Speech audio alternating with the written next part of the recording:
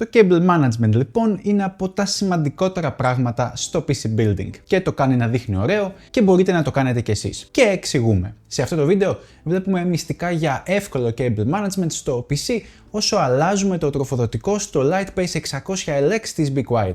Θέλω όμως να ακούσω και τα δικά σας tips κάτω στα σχόλια, πέρα από αυτά που θα πούμε εδώ. Το κουτί λοιπόν το γνωρίζετε από το σχετικό μας review. Ευρύχωρο με δυνατούς ανεμιστήρες, οι τρεις είναι reversed για να δείχνουν ωραίοι από μπροστά και δυνατότητα τοποθέτησης με 3 τρόπους επάνω στο γραφείο, ακόμα και οριζόντια για αυτούς που θέλουν κάτι ξεχωριστό. Από την άλλη, το τροφοδοτικό PowerZone 2 της Be Quiet των 1200W το δοκιμάσαμε και αυτό πρόσφατα στο 8bits και μας κέρδισε από το πόσο αθόρυβο είναι, το ότι έρχεται με επιστοποιήσεις AD+ Platinum και Cybernetics Platinum και με αρκετή ισχύ για high-end συστήματα. Ενώ βλέπουμε και τον αποδοτικό και ήσυχο PureWings 3 της γερμανικής εταιρείας να αναλαμβάνει την ψήξη. Περισσότερα γι' αυτό όμως στο γραπτό μας review. Θα είναι κάτω στην περιγραφή.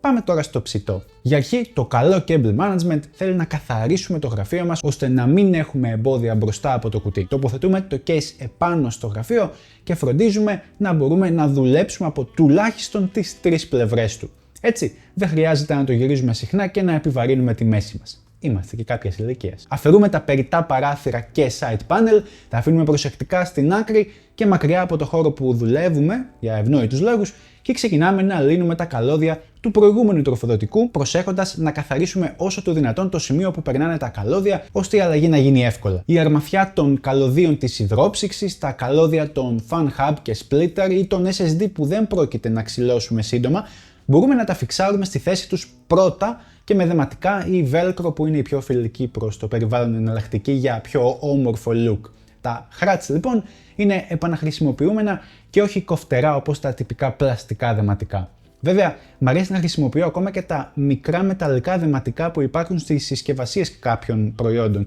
Προσέξτε μόνο να μην απογυμνωθεί κάποιο και πάει σε σημεία που δεν θέλουμε να τα βραχικυκλώσει. Εννοείται ότι σε αυτό το σημείο είναι εύκολο να ξεφύγουμε, να στοιχίσουμε τα καλώδια όμορφα, να φτιάξουμε έτσι ένα υπερτέλειο build.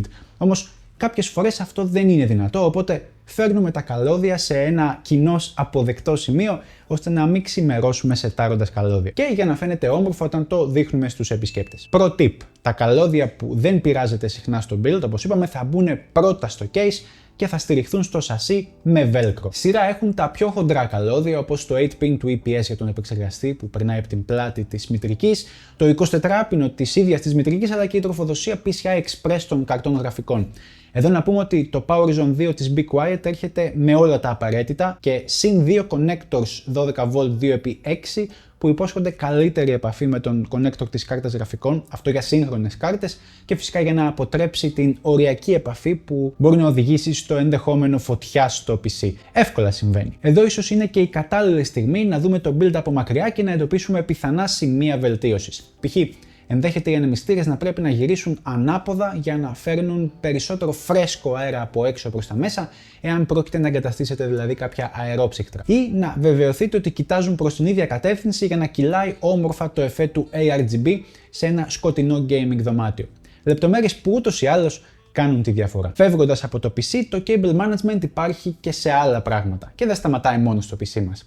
Εκτείνεται στα περιφερειακά, στα καλώδια της οθόνης αλλά και πιθανόν στα ηχεία που συνοδεύουν το build πάνω στο γραφείο. Και να είστε σίγουροι ότι θα νιώσουμε πολύ πιο όμορφα φτιάχνοντας και αυτά τα σημεία. Η καλή δουλειά χρειάζεται μερικές μικρές αγορές, αλλά μην φανταστείτε, με λίγα ευρώ θα πετύχουμε πολύ καλό αποτέλεσμα. Σε περίπτωση που δεν θέλετε να ξοδέψετε πολλά, και γιατί να το κάνετε άλλωστε, μπορείτε να πάρετε ένα κανάλι τακτοποίησης καλωδίων για κάτω από το γραφείο. Αυτά κυκλοφορούν και με τη μορφή συρταριού που βιδώνει ή στερεώνεται με σφικτήρες στο γραφείο και έτσι δεν χρειάζεται να κάνετε σοβαρά μερεμέτια και τροποποιήσεις σε ένα κατά τα άλλα λειτουργικό γραφείο. Έπειτα θέλετε μερικά δεματικά καλωδίων τύπου velcro. Τα ξαναείπαμε αυτά. Ιδανικά σε ρολό που κόβετε όσο θέλετε εσείς. Μετά έχουμε τα σπιράλ προστατευτικά καλέμματα των καλωδίων που είναι ένα ακόμα χρήσιμο μέσο για την τακτοποίηση του όγκου των καλωδίων από τα περιφερειακά του υπολογιστή.